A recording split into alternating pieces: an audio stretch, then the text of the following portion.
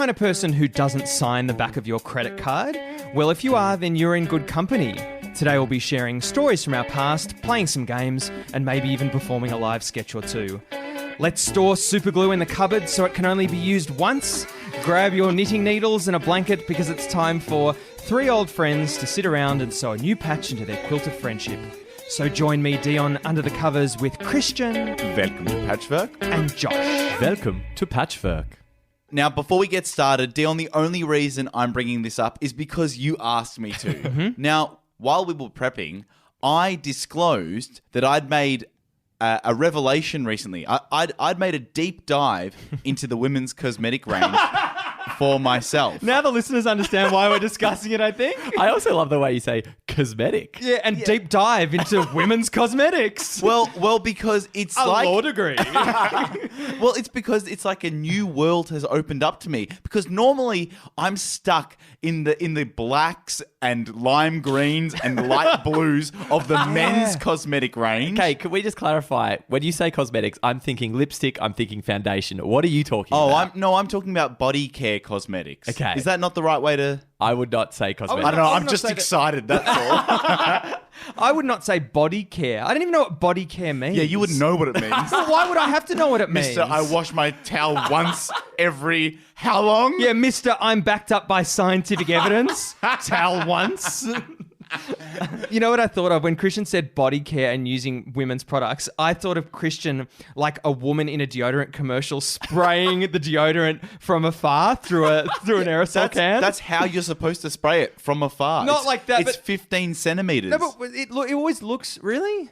Yeah, you're not supposed to be that close when you How spray. close do you hold yours to? No, I don't. But no, but on those You ads... don't use it at all, or are you a roll-on boy? No, I use it. No, I've. Well, Here it is. We'll get to me in a minute. Christian, is this a deodorant thing? Yeah, it's mainly, well, that's the thing. My entry point was through deodorant. Entry point. That's his. What is it called when you get into drugs? What's that called? Gateway. Gateway. It's a gateway That's cosmetic. A gateway to women's cosmetics. Well, the annoying thing is that with men's deodorants and stuff, the smells are always the same. They're never gentle, and they never have anything with like fruit or coconut in them.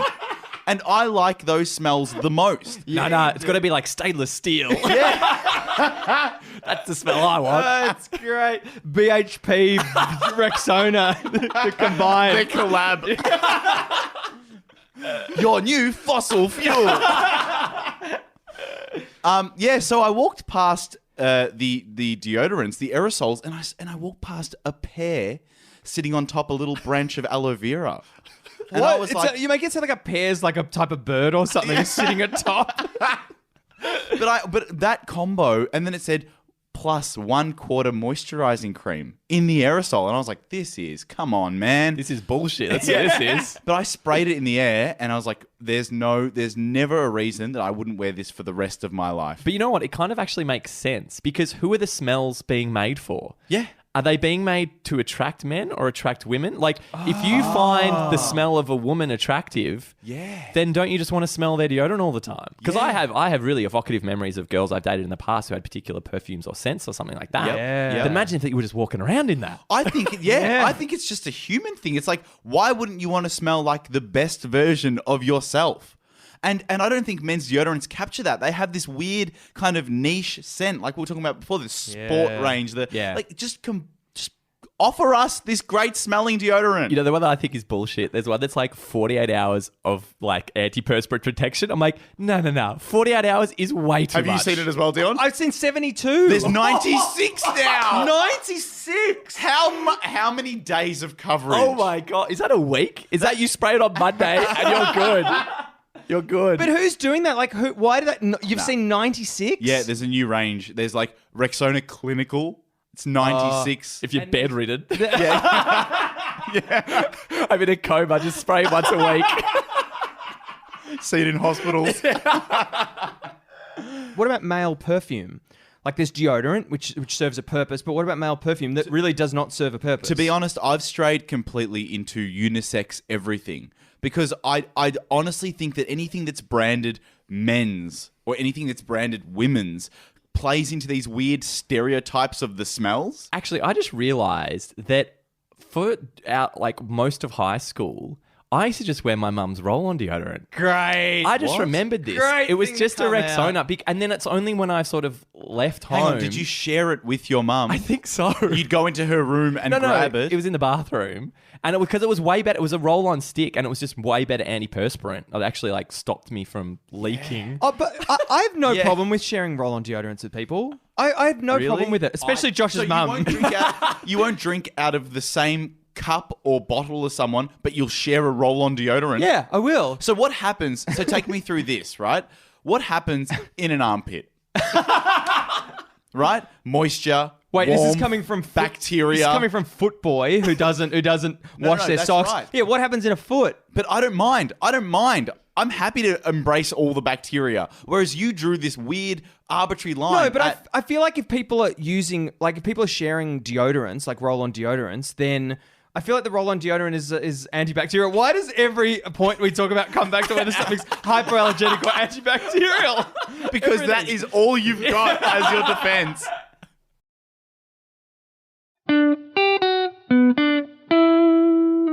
So I was doing some washing on the weekend, and when I was putting my stuff in, I realized that I pretty much exclusively just use the daily wash. Just use the daily wash every time. There's all these other settings on my machine. So many settings. And the one that I definitely would never ever do, because for the most part, I don't have enough of one particular item to bother. I'm like, it's like a cotton setting or a denim setting. I'm like, I'm not washing every piece of denim clothing that I wear to do that setting. Yeah, so that's what you're supposed to do. Yeah, I know, but I'm not going to spend that much time. But the one thing I definitely would never ever use on principle alone is the hand wash setting. Because I'm like, nah, it's a machine. Yeah. And the item says to hand wash this. I'd love if you looked in the washing machine through the little glass door and you see two little hands just protruding and just sort of mixing up your clothes a little bit. Putting on deodorant.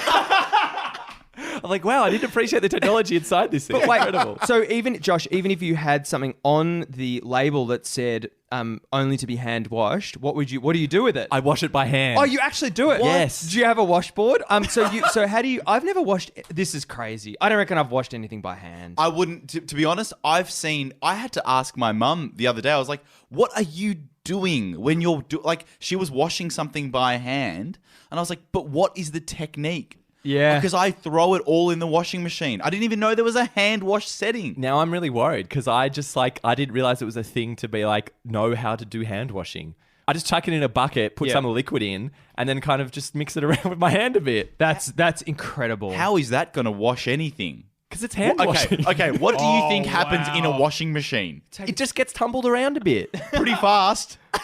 What? Wait, No. It's not. No, that's the drying that's fast. The actual wash is. what about the end? Yeah, at the end is the drive. I've got no idea what happens in one of those Wait, things. They should make them see-through. What they do? What about?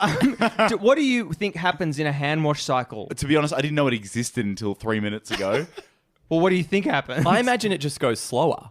It doesn't do it as quickly. But I just put it in a bucket, and if there's it's different if there's a specific stain that I'm trying to get out, and then I'll get the soap or the nappy sand or whatever and actually go on the spot. But if it's just a normal thing, like a nice linen shirt, I don't know, I'll just sort of rub it around a bit. What do you mean rub it around a bit? What does that mean? Yeah, rub it against itself. Yeah, You're not meant to wash your own hands. You're meant to. It's not a hand wash for that reason. I reckon that's Two birds, mate. Two birds.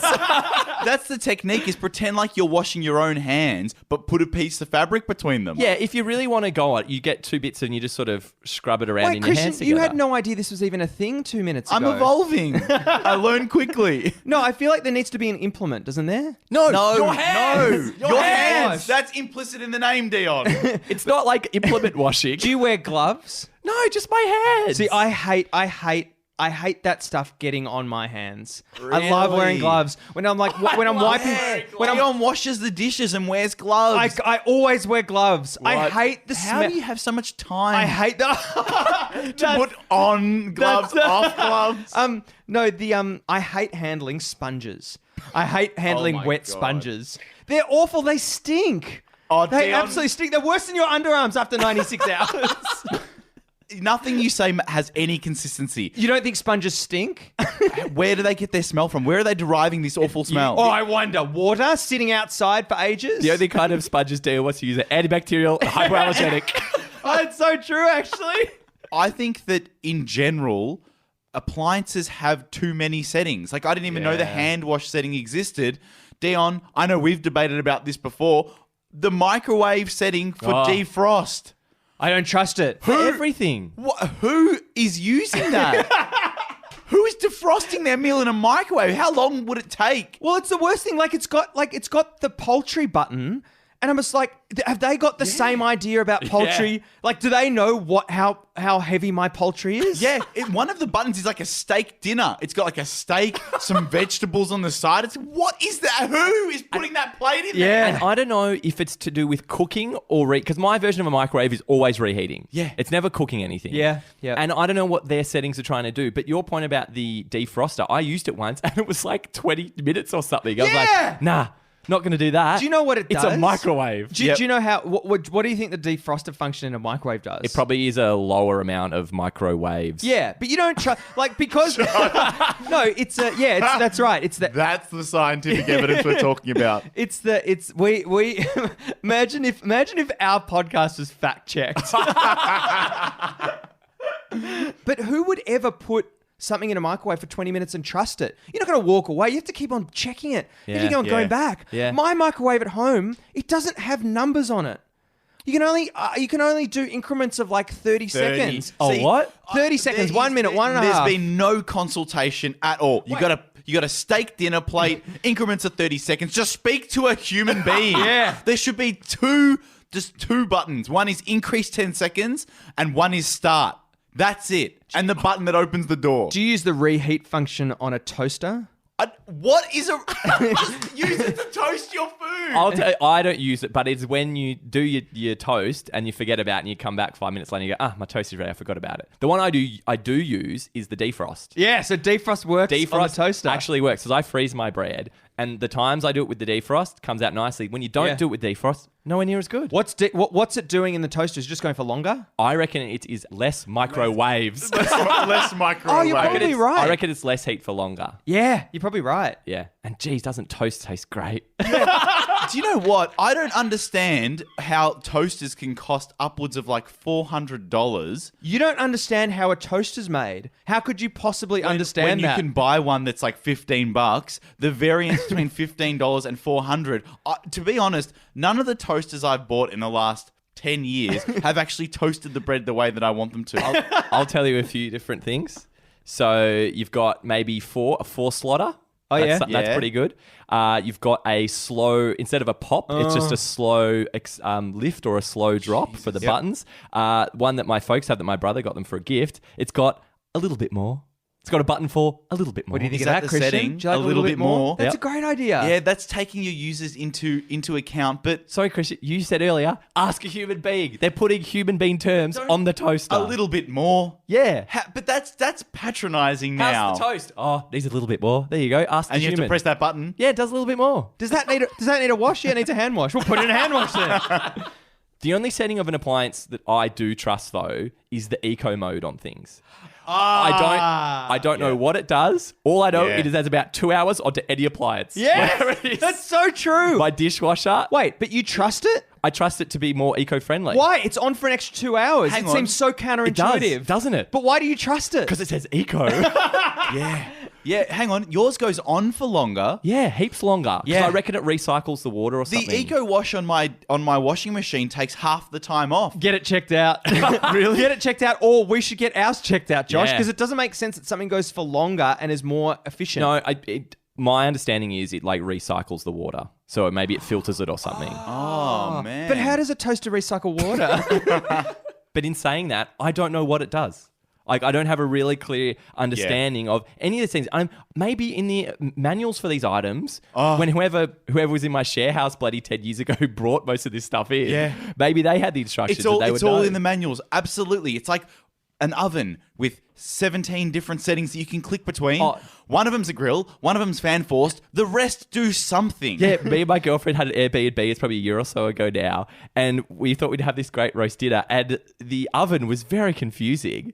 And so it was like nice roast dinner. We'd set it all up. It's in the pan, ready to go. And we're like, I think it doesn't feel that hot. I don't know. Put it in. It was in for like 45 minutes. We checked. It was like, this is barely warm. We've completely missed something. So I'm looking up the manual on my phone to try and figure out how this bloody oven works. Eventually we worked it out. We're eating our roast dinner at like 11:30 at night.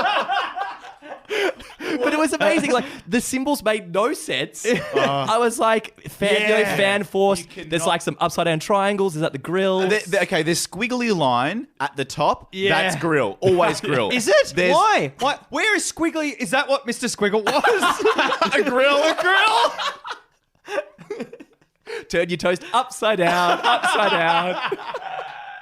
So then you got the nuclear warfare symbol, which is the fan-forced oven. Yep. And why is it fan-forced? Just say fan oven. The fan is not forcing the oven. Mate, no one's paid the fan. Yeah. What about consent? The other symbols I have no idea with, and I saw Consenting oven. The other appliance is back to the clothes washer.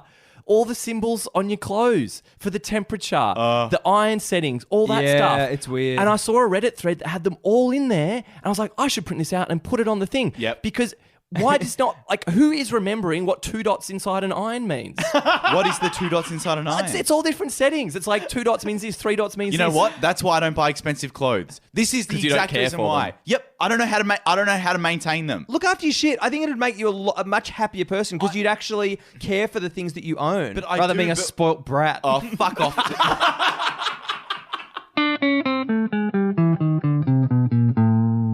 And now it's time for Oh Wow of the Week. Oh, wow. Oh, wow. Oh wow. Grapes explode when you put them in the microwave. Oh, wow. Oh, wow. Oh, wow. Oh, wow.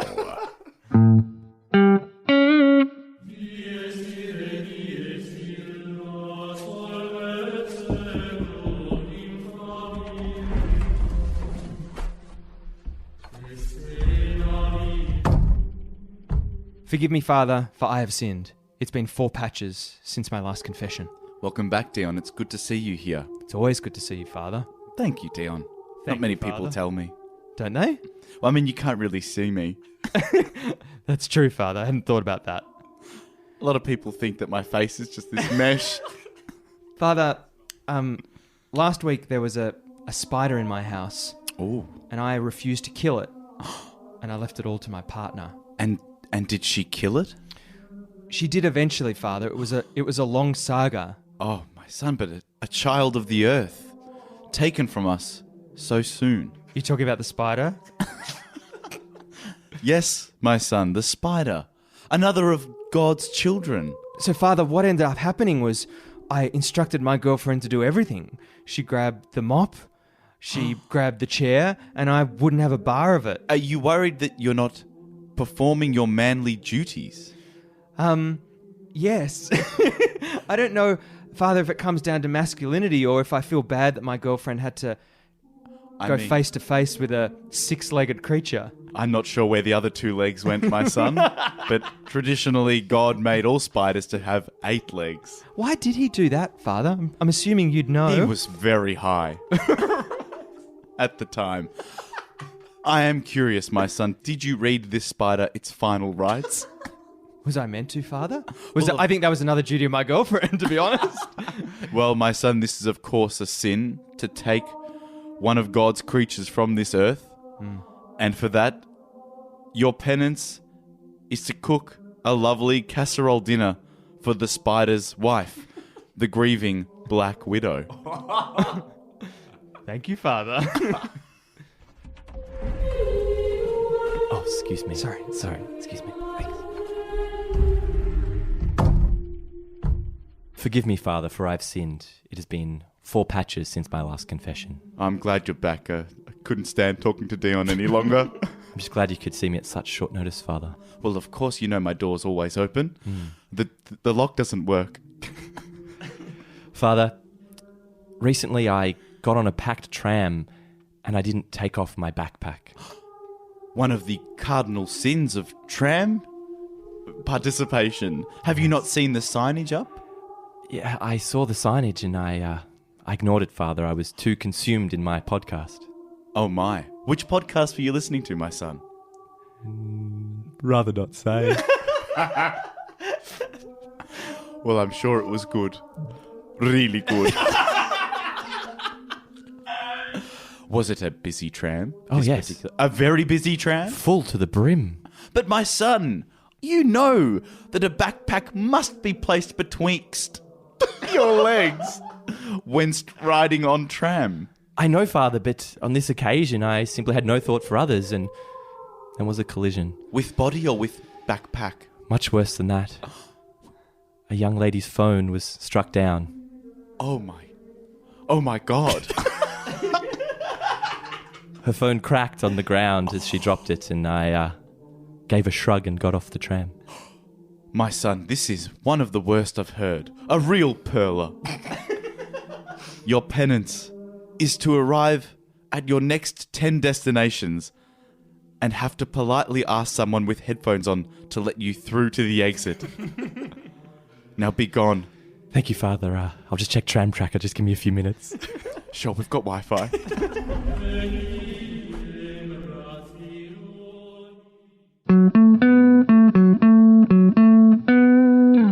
I recently signed up to a new bank account and received, of course, their debit and credit card that comes with it. And when I received it, my instinct was, yep, take it off the paper, just put it in my wallet. And realized I haven't signed this, and I also haven't signed any of my debit or credit cards for the last 20 years of my life. Are you serious? I've never signed the back of a card. Does this extend to contracts as well? And everything else you're meant to sign? No, okay, I've got another issue with signatures altogether, but I think I've only signed the back of one card in general. It was like an AFL membership, and signing the back That is your high threshold. because just for fun, just to see what it's like, because signing the back of a card is like signing a puddle of water. It is so slippery. It's very difficult to keep in the confines as well of it. Nah, it's really straightforward. No, it's not, Josh. No, it's not. It is. Dion, do you sign the back of your cards? Nah, don't care. That's so weird. I always sign the back of my card. Why? Because it's the safety check if it ever comes down to it. It's such a poor safety check signatures. I know, and I was the only one who enforced it at Safeway. Really? Really? Did you Yes. used to What an cross-reference asshole. cards? Yes, when credit cards were God. much more prolific, and it was like in terms of the physical aspect of it. Yeah. They would sign the thing, and the process is check the signature on the back of the card. And, okay, so Josh, take me through the flaws in that system. What if they're a good drawer? Yeah, if someone's not a good drawer, a forgery artist. That's the word I'm looking for. But are you a professional at identifying fraud? Or no, yes. but I can. No. I mean, I am Christian. You'd be just as good as the best drawer at picking a difference between signatures. Look, you can tell. You can tell. I looked at You can heaps, tell. and you can tell when it's someone's handwriting, and also who is coming in to buy their bloody groceries and forging the signature of the stolen Also, credit card. why are you checking the signature then? Because that's the safety process. And I actually had to turn a woman away once because she came in, signed it. I was like, this is a different signature. He's like, yeah, it's my husband's card. I'm like, well, you can't use it. Can't argue with that. Amazing. Can't argue with that. What do you mean you can't argue with that? Just let her use the card. It's the wrong signature. Oh, it's that a would've been- completely different signature. Oh my and God, she would have had a full trolley of shopping. No, Yeah. probably just had bananas and he just turned her away. But to the credit of my supervisor, he also denied it. I was like, yeah, it's a different signature. It's not your card. You're not allowed to use this. The system that is the way it is now is the person whose card it is signs the receipt, and that's how they get paid. the way it is now. What about the way it is now? Yeah, when was the last time either of you got cross-referenced? I don't. Do we? Or Josh hasn't worked in retail for a while, has Well, he? we do chip and pin these days. Like Yeah. in my time as well, PIN came in. So for credit transactions, it wasn't the signature anymore. It's the PIN, which is seen as to be superior in terms of security, which I Yep. agree with. Yep. Obviously, because you've not got some teenager who doesn't give a shit, because I was the only guy in staff who did. But I still sign my card every time. And I understand your point about it being slippery. I do understand that. It is weird. But if you can get a felt tip, great, rather than a ballpoint. That'll help you a lot. Yeah, try being a left-hander with a felt tip pen. Oh, there's your issue. Oh, you know what? Shiny credit cards. It's not with credit cards. It's being a left-hander. How do you feel about being a left-hander? Don't you kick the football right-footed? I do. Yeah, I like being left-handed. Are you ambidextrous? His left hand smells great. It'd be great if there's a bit of mist that comes every now and then from Christian's left hand. Pear scent every 96 hours. Fair and aloe. I can't understand how that was what was universally decided 20, 30 years ago to be the strongest measure of security with a credit card or a debit card. It was like, we're going to go by the picture on the back, your signature. Like, it is so easy. If you think about the power of this card, it's so easy to take from someone. Just push them over and take the card. Yeah, but also the kind of petty criminal who is doing that is not going to be great at forging signatures. Like, my dad's signature is astounding. It's Ross, and it's this great big R, and it loops around, and it's exactly the same every time. We'll post it on social media. With the front of the card as well. It'll be great. CSV 688. But the point is, like, having a proper signature like they used to do in the old days, I don't think our signatures are important anymore. When signatures were... So make signatures great again. Stop signing your cards then. Why? Because they're not important. You've just admitted it. You've just admitted them to being close to useless. I'm admitting my signature. I wish I had a great flowery signature that was harder to forge. I've always been ashamed of my signature. Yeah. It's shocking. It's a D with an F and then some stuff happening and that's it. Can I ask you what your thought process was? Because there's obviously a point in time where you were like, now's the time I'm ready to have a signature. I'm going to practice this. What was, when you started practicing, what was going through your mind? My thought process is if this talking point goes for much longer, we will all be hacked within 24 hours. My thought process when I was younger, when I created my first signature, which was on my passport. That's the first thing I ever signed. It was just my name in cursive. Yeah, I reckon that's what most Shocking. people's is. Shocking. And then it just evolved. And I think I copied the D from my mum's signature onto mine and then just continued. Yeah, I copied, how's this? I copied the P for my last name from my dad's one, and I was like, so that was the core. That was kind of what the rest of his signature was built around. Yeah. I just mimicked it and put a C at the front. Christian, do you like your signature? I'm fine with it now, but I would have loved, like Josh, I would have loved a really flowery one with lots of twirls. You should see, when my dad does his signature, it is an experience. There's like this great little pause, bit of a tap on the page, and then it goes... And it's like perfect. It looks incredible. But on your question before, Christian, about how your signature came to be, mine, like, my thought process, I was probably like, 11 or 12 or something. And I went, I'll sort it out when I'm a bit older. Yeah. I'll just do this as a placeholder for now. No, And then that Josh. just carried on. Stuck with it. Can I see your signature? Can you sign it for me right now? Yeah.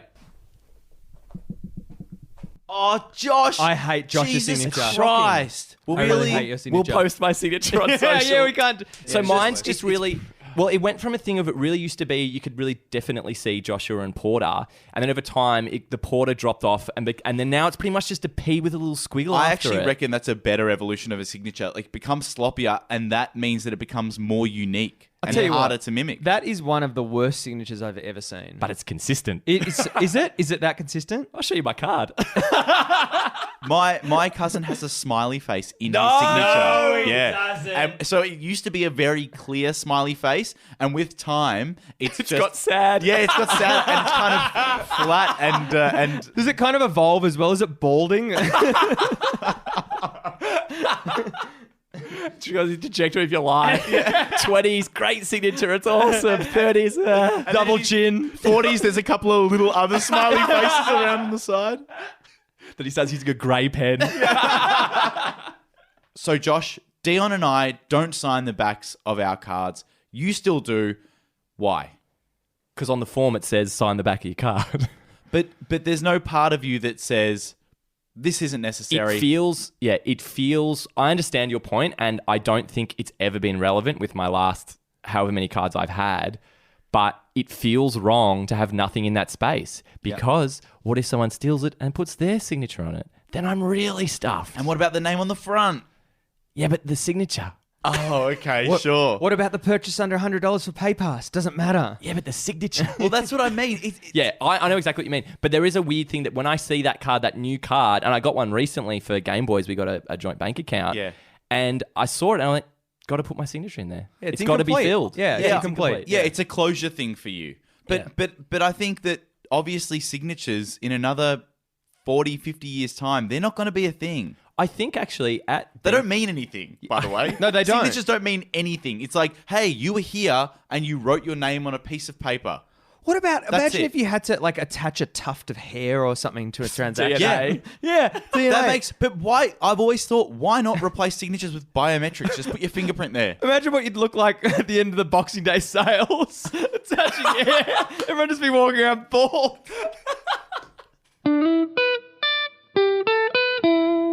Really, really good. You know what's really, really good? Really, really good. You know what's really, really good? You know what's really good? Ice cubes that don't taste like a freezer. Really good. Really good. Really good. Do you know what's really good? When you open your bank account after a night out and the damage isn't that bad. Really good. Do you know what's really good? A friend who buys a dog or a cat from a pound rather than from a breeder.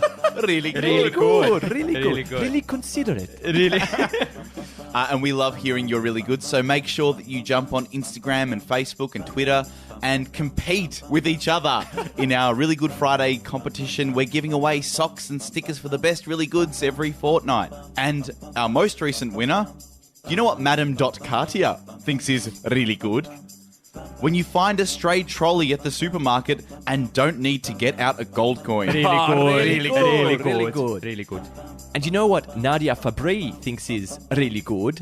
When you cut some butter off the block, pop it on the scale and see that you've cut exactly the amount that you need for the recipe. Really good. Really good. Really good. Really good.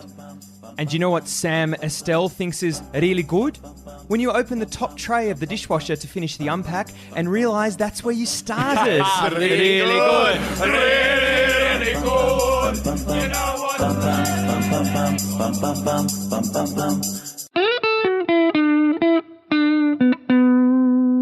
Thank you for listening to another episode of Welcome to Patchwork. You can follow us on Facebook, Instagram, and Twitter.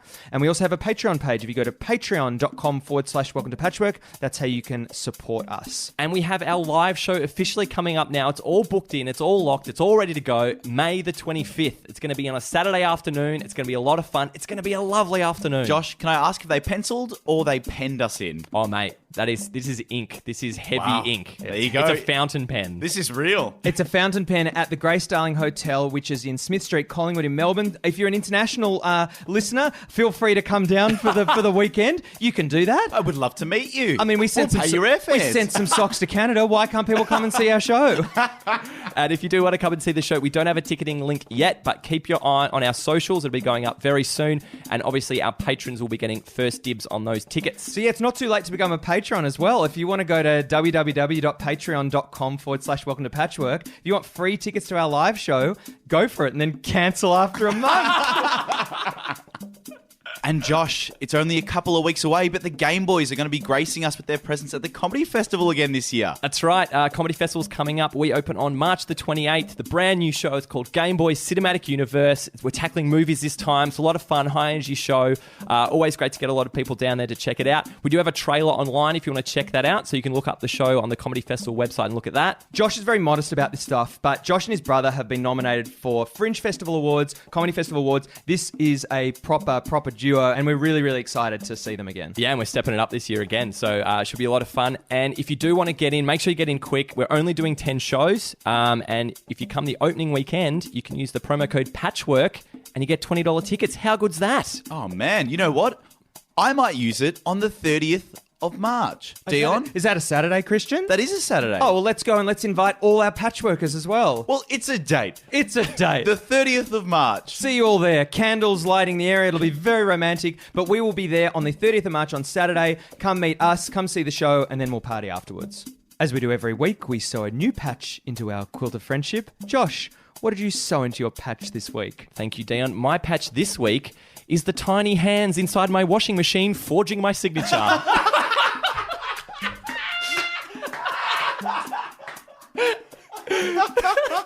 Christian, what patch did you sew this week? Thanks, Josh.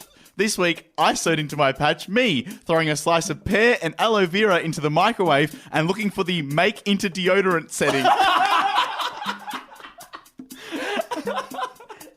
And Dion, what did you sew into your patch this week? My patch this week is me seeing the symbol of a spider on my washing machine panel, not knowing what it is, and then realising it was an actual spider. Thank you for listening to Welcome to Patchwork this week. I've been Dion. I've been Josh. And I've been Christian. Goodbye. Goodbye. Goodbye.